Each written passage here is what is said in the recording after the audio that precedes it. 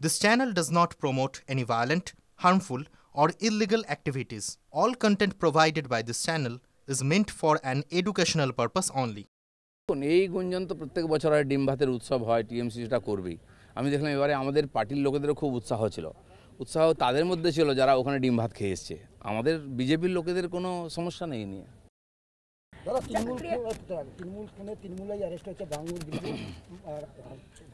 তৃণমূল খুনে তৃণমূল অ্যারেস্ট শুধু নয়, তৃণমূলের খুনির যারা খুন হয়েছে যে তার বাড়ির লোক সিবিআই চায়, এটা আরও বিড়ম্বনা।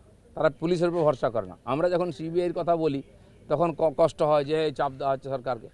তোমাদের লোকেরা কেন সিবিআই চাইছে? কারণ এই সরকার আর এই পুলিশ এই দুটোর উপরে আর মুখ্যমন্ত্রী কারো ভরসা নেই এদের উপরে। চাকরি হারারা শিক্ষকরা তারা গতকাল নবান্ন অভিযান করেছেন এবং তারা হুঙ্কার দিচ্ছেন এবার কালীঘাট অভিযান তারা করবেন। বাংলায় আর ঠিক কতদিন এই আন্দোলনগুলো? না, ওদের কাছে তো আর রাস্তা নেই চাকরি হারাদের। আন্দোলন করা ছাড়া কালীঘাট নবান্ন অভিযান এটা রাস্তা একটা, মানে গণতান্ত্রিকভাবে। আর পশ্চিমবাংলায় আন্দোলনটাই আমাদের কাছে একটা নেশা, আমাদের কাছে পেশা। কিন্তু ওরা যাবে কোথায়? অত অসহায় যারা ওদের চাকরি খেয়েছে, যারা ওদের টাকা খেয়েছে, তারাই এখন দণ্ডমুণ্ডের বিধাতা। তারা চায় না ওরা ফিরে আসুক, ওরা টাকা পাক বা চাকরি পাক। তো ওরা যাবেটা কোথায়? বহু লোকের কাছে এসছে, আমার কাছেও এসছে। আমার ভাই কী করতে পারি বলো, রাস্তা কী হতে পারে? আমি তো প্রশাসন নই। তো এই সরকার চায় না দিতে, কারণ তাদের নেতারা ফেসে যাবে। তো দেখা যাক, অপেক্ষা করতে হবে কোন রাস্তা বেরোয়। লাইমলাইটে আসার পরেই শুভেন্দু অধিকারী খড়গপুরে একটা মিছিল করছেন, হিরণও যাচ্ছে, সেখানে হিরণ যাচ্ছেন। আপনার কি মনে হয় যে আপনার জন্য উনি একটু চাপে পড়ে গেলেন? বিভিন্ন জায়গায় উনি কার্যক্রম করেন, প্রায় দিনই কোথাও কোথাও যান, সভা সমিতি করেন। উনি ওনার মতো প্রোগ্রাম করতেই থাকেন, তো করতেই পারেন। ওখানকার এমএলএ আছে, তাকে নিয়ে করতেও পারেন। দাদা, কুণাল ঘোষ বলছেন মোদির সভায় যদি সত্যি দিলীপ ঘোষ ডাক পান, এতদিন যারা তৎকাল বিজেপি তাদের ফুদে উড়িয়ে দেবেন দিলীপ ঘোষ, কি বলবেন? আমি কারো সার্টিফিকেট কোনোদিন চাইনি, কাউকে ওড়াতেও চাই না।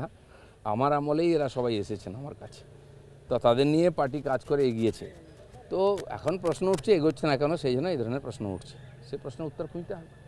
আরজি করে আর্থিক দুর্নীতি মামলায় এবার সিবিআই এর চার্জ গঠন, সেখানে সন্দীপ ঘোষ সহ আরো 5 জনের বিরুদ্ধে মামলা। কি বলবেন এই ঘটনা? এটা বলবো যে এটা আরো আগে হওয়া উচিত ছিল। হঠাৎ একটা পুলিশ যা বলছে তার কথায় এক প্রকার সায় দেওয়ার জন্য লোকের সন্দেহ জেগেছিল। আমরাও চাই আসল দোষী, এর পিছনে যারা কুচক্রী, তারা সামনে আসুক, তারা সাজা পাক। তাহলে তার আত্মাও সাজা পাবে, তার মা বাবার মনও শান্তি পাবে। দাদা, 21 জুলাই উত্তরকন্যা অভিযানের তাৎপর্য, মানে 21 জুলাই একদিকে ওদিকে উত্তরকন্যা অভিযান, এরকম কোনো কথা নেই যে একটাই 21 জুলাই এখানেই হবে। 21শে জুলাই যে ধান্দাবাজি, যারা মারা গেছে তারা কংগ্রেসের ওয়ার্কার ছিল।